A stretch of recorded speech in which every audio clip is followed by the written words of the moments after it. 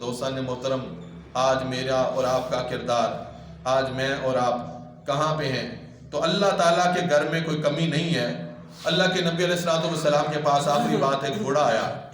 جب وہ بوڑھا آیا تو اس نے آ کے عرض کیا کہ اے اللہ کے رسول، میرا جسم بوڑھا ہو چکا ہے۔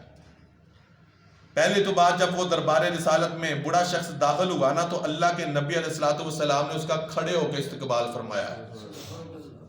اور اگلی بات بتا دوں، وہ تھا غیر مسلم۔ اور آج ہم کہاں پہ ہیں؟ ہم غیر مسلموں کو جلا بھی دیتے ہیں اور نعرہ لگاتے ہیں یا رسول اللہ کا۔ کہاں پہ ہیں ہم؟ اللہ کے نبی علیہ السلام کے پاس جب وہ بوڑھا آیا، وہ اتنا بوڑھا ہو چکا تھا کہ اس کی یہ جو آنکھوں کی پلکیں تھیں یہ اوپر تھیں اور آنکھیں بند تھیں۔ اس نے پہلے پلکیں اٹھا کے مصطفیٰ صلی اللہ علیہ وسلم کا دیدار کیا اور کہا کہ اے اللہ کے رسول، ساری زندگی بیت گئی بس ایسے ہی نادانیوں میں، گناہگاریوں میں، میں غیر مسلم کا غیر مسلم ہی رہ گیا۔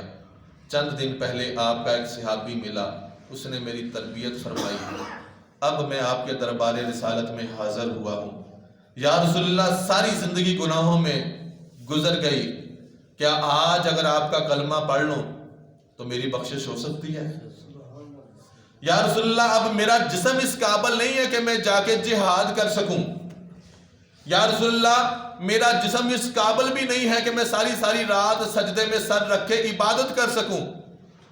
یا رسول اللہ، اتنا مال و پیسہ بھی نہیں ہے میرے پاس کہ میں اللہ کے رستے میں صدقہ و خیرات کر سکوں۔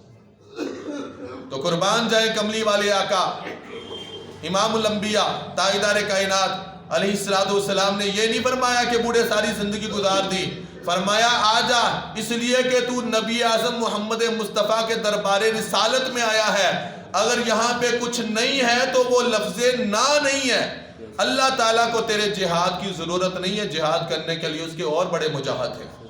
اللہ تعالیٰ کو تیرے صدقہ و خیرات کی ضرورت نہیں ہے، صدقہ خیرات کرنے والے اور بڑے بندے ہیں۔ اللہ تعالیٰ کو تیرے جہاد کی بھی ضرورت نہیں ہے، جہاد کرنے والے اور مجاہدین بڑے ہیں۔ بس تو در رسول پہ آ گیا ہے، اب یہاں پہ آتا جاتا رہا کر اور مصطفیٰ کی غلامی میں داخل ہو جا۔ کلمہ پڑھنا تیرا کام ہے، قیامت کے دن بخشوانا مجھ محمد مصطفیٰ کا کام ہے۔